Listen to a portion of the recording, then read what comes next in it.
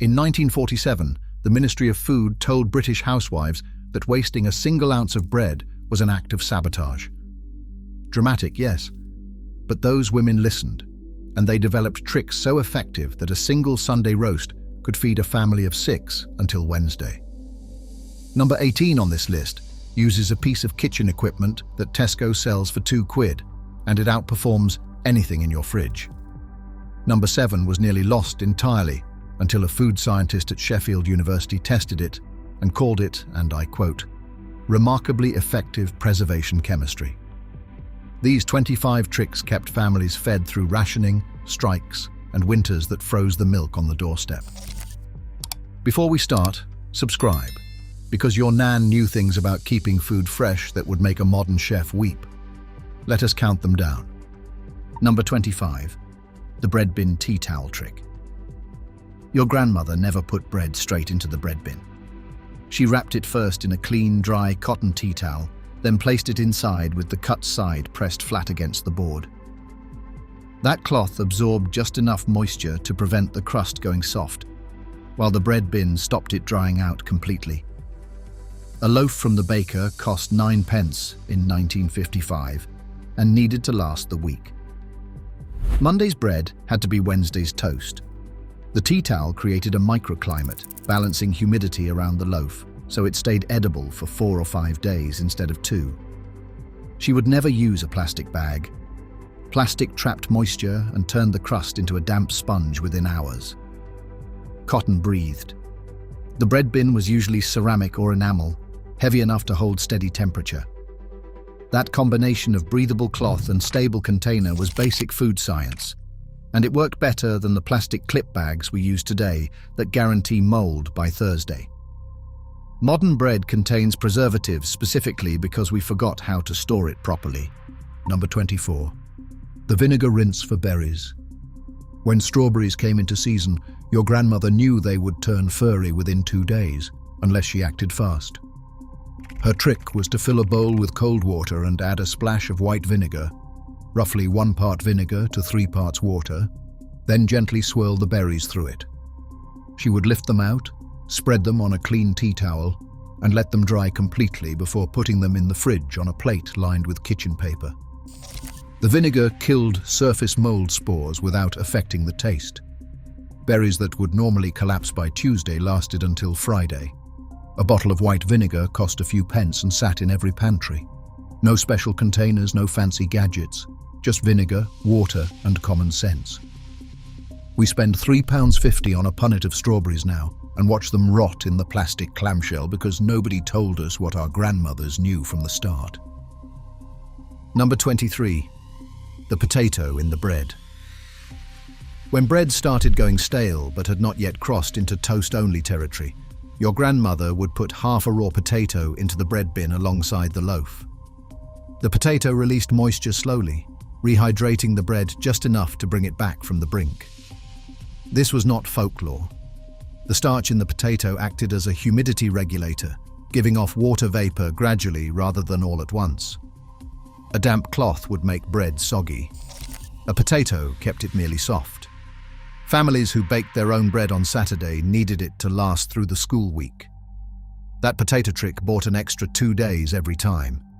She would replace the potato when it dried out, maybe Wednesday, and the bread soldiered on until Friday. We throw away 20 million slices of bread in Britain every single day. 1 potato would prevent half of that waste. Number 22. The salt crust for cheese. Hard cheese was expensive. A block of cheddar cost about 1 6 in the 1950s, and it needed to last the fortnight between shopping trips. Your grandmother wrapped it in greaseproof paper, sometimes rubbing a thin layer of salt on the cut surface first.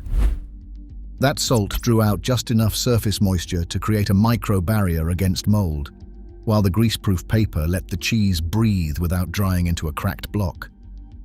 She never used cling film. Cling film trapped moisture against the surface and guaranteed mold within a week. Her cheese lasted 3 weeks or more. If a spot of mold did appear, she would cut it off without a second thought, knowing the rest was perfectly fine. Modern food safety advice tells us to throw the whole block away. Your grandmother would have called that criminal waste, and she would have been right. The mold on hard cheese cannot penetrate more than a centimetre. She knew that without a laboratory. Number 21. The dripping seal. When your grandmother made a batch of potted meat or a pâté from Sunday's leftover pork, she would pour a layer of hot, clarified dripping over the top and let it set solid. That fat created an airtight seal that kept the meat beneath fresh for up to 2 weeks without refrigeration.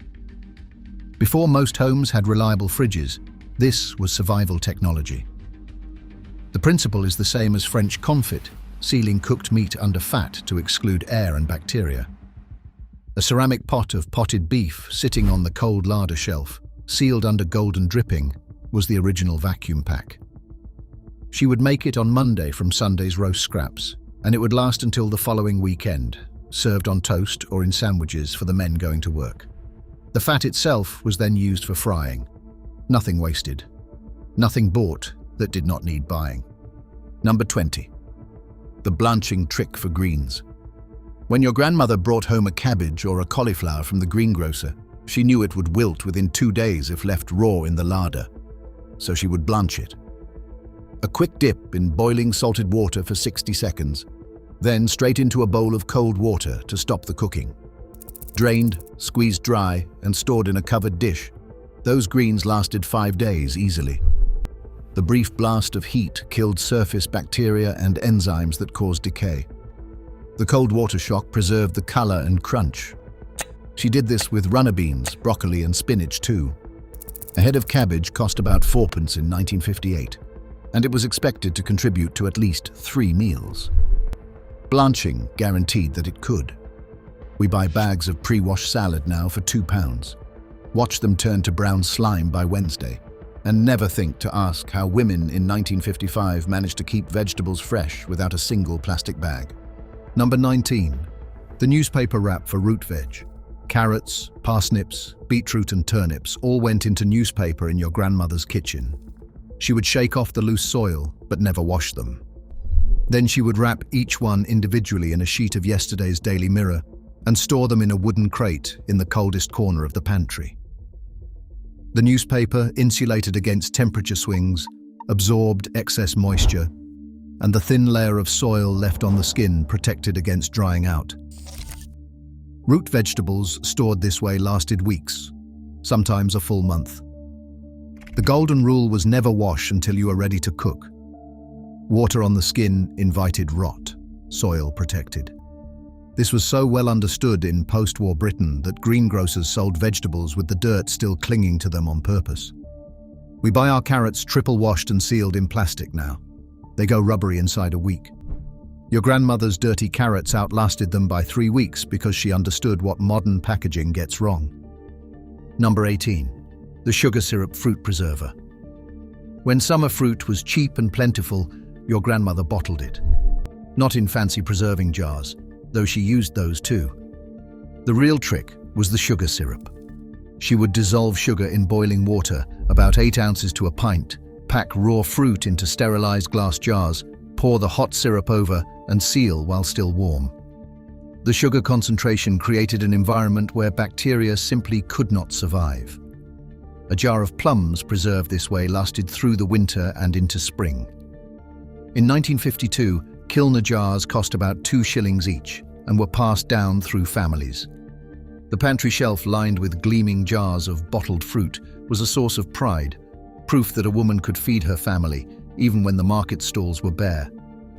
We buy tinned fruit in syrup from Tesco now, manufactured in factories using the same principle your grandmother mastered at her kitchen table. The difference is she knew exactly what went in. First, pattern break. Here is where it gets clever. Your grandmother never stored onions and potatoes together. Never. She kept them on opposite sides of the pantry, sometimes in different rooms entirely. This was not superstition. Onions release ethylene gas as they age, and that gas accelerates sprouting in potatoes. Put them in the same cupboard, and your potatoes grow eyes within a week. Separate them and potatoes stay firm for 3 weeks or more. Food scientists at the University of Nottingham confirmed this interaction in studies published in the early 2000s, but your grandmother knew it decades earlier. She probably could not have told you the word ethylene, but she could tell you that onions made potatoes go funny.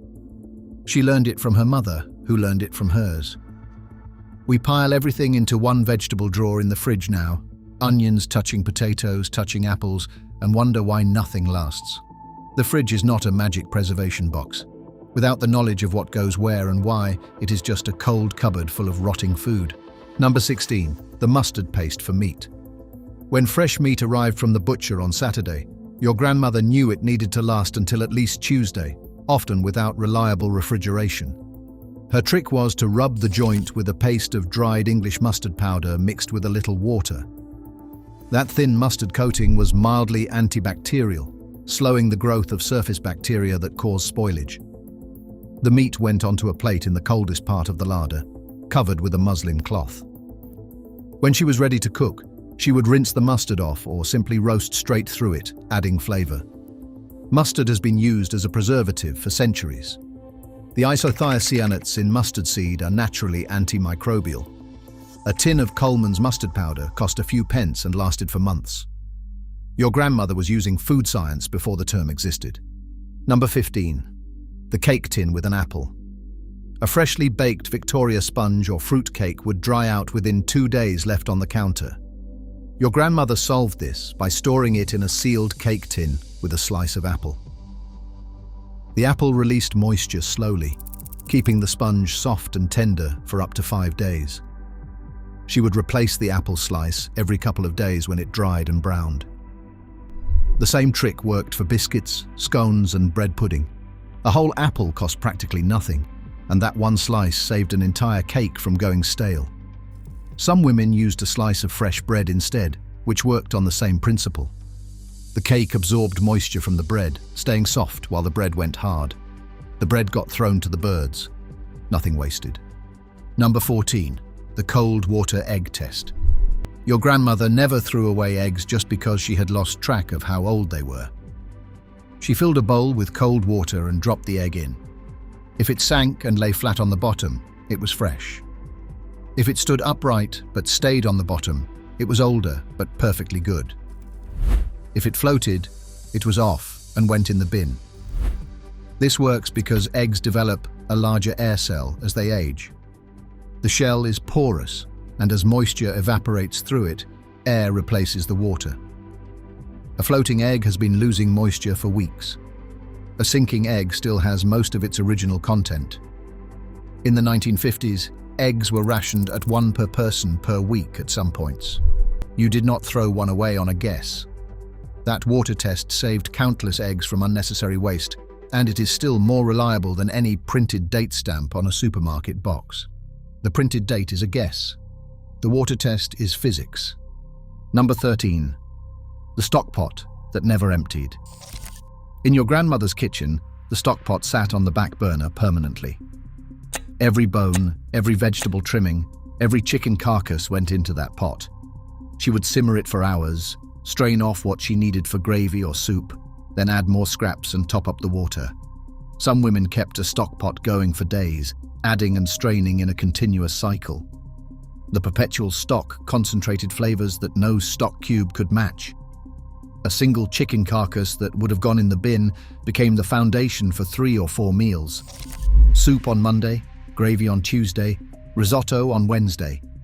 The bones would give up every last trace of collagen and marrow before she was finished with them. A roast chicken cost about 4 shillings and 6pence in 1957. Getting 5 meals out of it instead of 2 was not frugality. It was intelligence.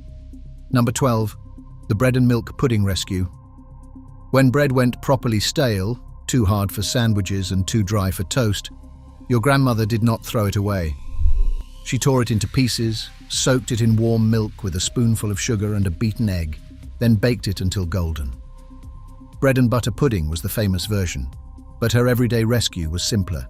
Just stale bread, milk, and whatever sweetness she had. Dried fruit if she was lucky.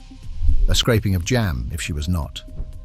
This turned waste into a pudding that children actually looked forward to.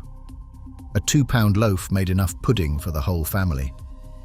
The cost was essentially zero because every ingredient was already in the kitchen and would otherwise have been lost. We throw away nearly 1 million tons of bread in Britain each year. Your grandmother would be horrified. Second pattern break, controversy incoming. Here is where the food industry starts to squirm. Your grandmother reused cooking oil.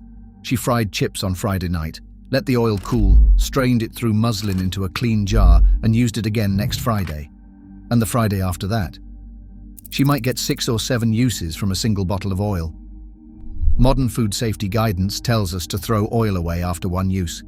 But your grandmother was not frying at extreme temperatures. She heated her oil to a moderate bubble, never let it smoke, and strained out the burnt particles that cause breakdown. Used carefully, filtered properly, and stored in a cool, dark place, frying oil remains stable for multiple uses. Fish and chip shops have always reused oil. The flavor actually improves with use, building a seasoned depth that fresh oil cannot match. A bottle of cooking oil cost about 1 6 in the 1960s. That was not pocket change for a family on a tight budget. Using it once and pouring it down the drain would have been considered madness. We have been taught to waste oil because selling more oil is good for the oil companies. Your grandmother was taught by necessity to waste nothing. Number 10. The herb drying rack. When the garden produced more parsley, thyme and mint than the kitchen could use in a week, your grandmother tied the stems into small bundles and hung them upside down from a hook in the warmest room. Within a week, the herbs were dry enough to crumble into jars. Those jars sat in the pantry all winter, providing seasoning for soups, stews and roasts when nothing fresh was growing. Dried herbs kept for a year or more. A summer afternoon spent cutting and hanging herbs meant flavor through January and February, when the garden was bare. We buy those little plastic pots of fresh herbs from the supermarket for £1.50. They die on the windowsill inside 4 days. Then we buy a jar of dried herbs for £2 when we could have dried our own for free. Your grandmother's kitchen ceiling looked like an apothecary, and it saved her pounds every year. Number 9. The leftover meat pie. Monday's pie was built from Sunday's leftovers. Your grandmother would dice whatever meat remained on the roast, mix it with leftover gravy and any vegetables that needed using, then top the lot with mashed potato or rough puff pastry. Into the oven for 30 minutes, and Sunday's dinner became Monday's supper, looking and tasting like an entirely different meal. The trick was in the gravy. She would stretch it with a splash of stock from the perpetual pot, thicken it with a spoonful of flour, and season it differently from the original roast. Worcestershire sauce, a bay leaf, a pinch of cayenne. The family would eat Monday's pie without realizing they were eating Sunday's roast in disguise. A joint that fed 4 on Sunday stretched to feed 4 again on Monday. That was 2 proper dinners from a single piece of meat that cost maybe 5 shillings. No meal kit delivery service has ever matched that economy. Number 8. The vinegar jar for pickling scraps. Your grandmother kept a jar of malt vinegar on the go constantly. When she had leftover cucumber ends, onion trimmings, cauliflower stalks, or beetroot tops, they went into the jar. Within 2 days, they were pickled and ready to serve alongside cold cuts or cheese. The vinegar preserved vegetables that would otherwise have gone in the bin, and the pickles added flavor and variety to simple meals. A bottle of malt vinegar cost a few pence and lasted weeks. That jar of odds and ends in the pantry was the original zero-waste kitchen. She did not need a recipe. She did not need a course. She just knew that vinegar stopped things going off and made them taste good at the same time. Number 7. The flour and water paste for sealing. When your grandmother baked a casserole or a pie that needed slow cooking for hours, she would sometimes seal the lid to the pot with a paste of flour and water. She mixed plain flour with enough water to make a stiff dough, rolled it into a long sausage, and pressed it around the rim where the lid met the pot. As it baked, the paste hardened into an airtight seal. No steam escaped, no moisture was lost. The meat inside braised in its own juices, becoming impossibly tender while the sauce reduced to a concentrated glaze. This technique, known as luting, goes back centuries. French and British cooks used it before ovens had reliable seals.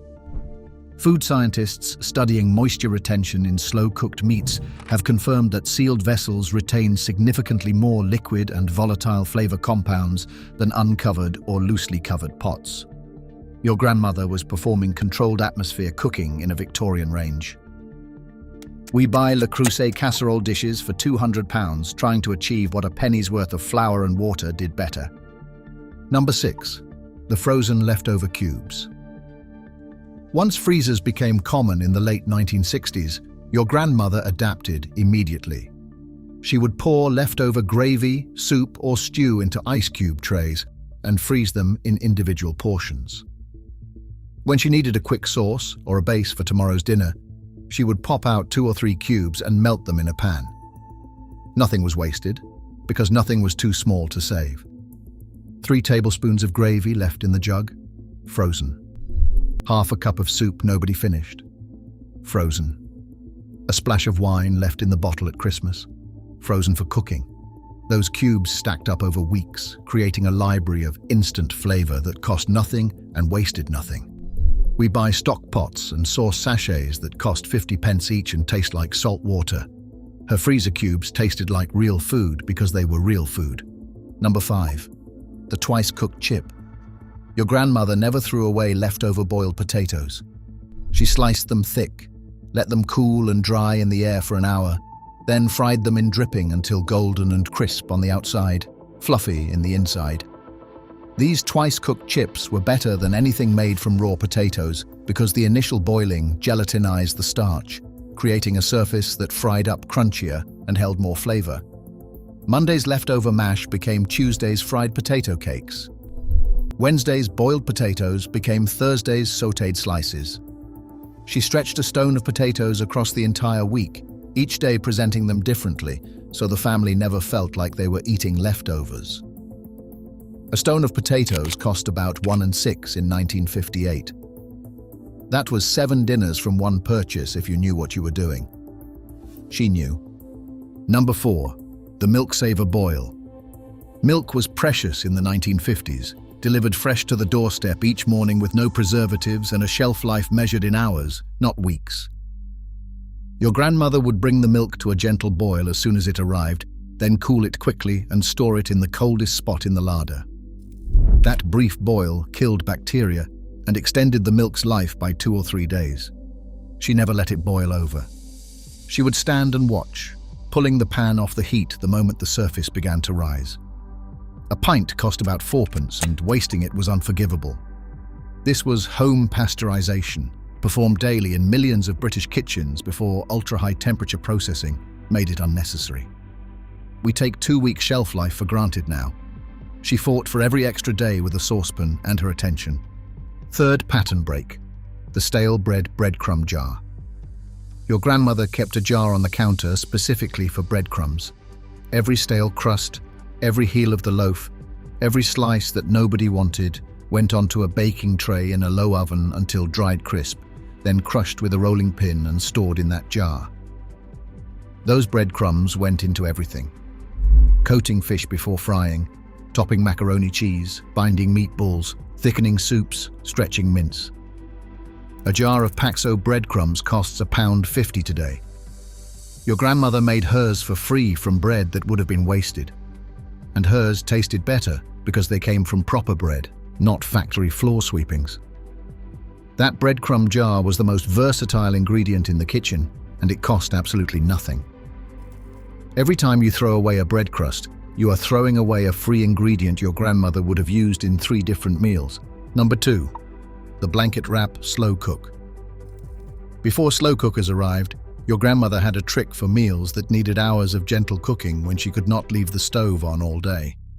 She would bring the casserole or stew to a rolling boil on the hob, then wrap the entire pot in old blankets and towels and leave it in a corner. The insulation held the heat for hours, allowing the food to continue cooking slowly without any energy at all.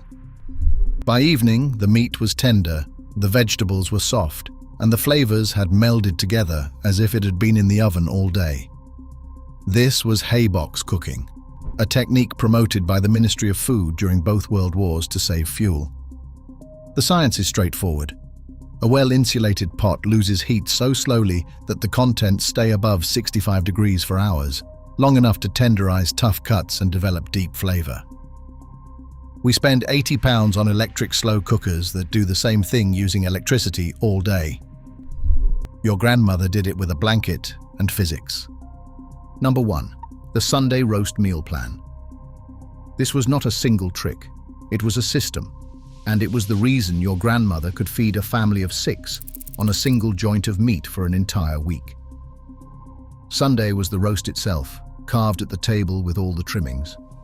Monday was cold cuts with bubble and squeak from leftover vegetables. Tuesday, the bones went into the stock pot, and the remaining meat was diced into a pie or a hash. Wednesday, the stock became soup, thick with barley or lentils to stretch it further. Thursday, any scraps were potted under dripping or minced into rissoles. By Friday, every trace of that original roast had been transformed into something new. A 4-shilling joint of beef in 1955 produced 5 distinct meals for 6 people. That was less than a penny per serving. No meal planning app, no subscription box, no influencer recipe card has ever come close to that level of efficiency. Your grandmother did not call it meal prep. She called it getting on with it. She did not Instagram her leftovers. She fed her family.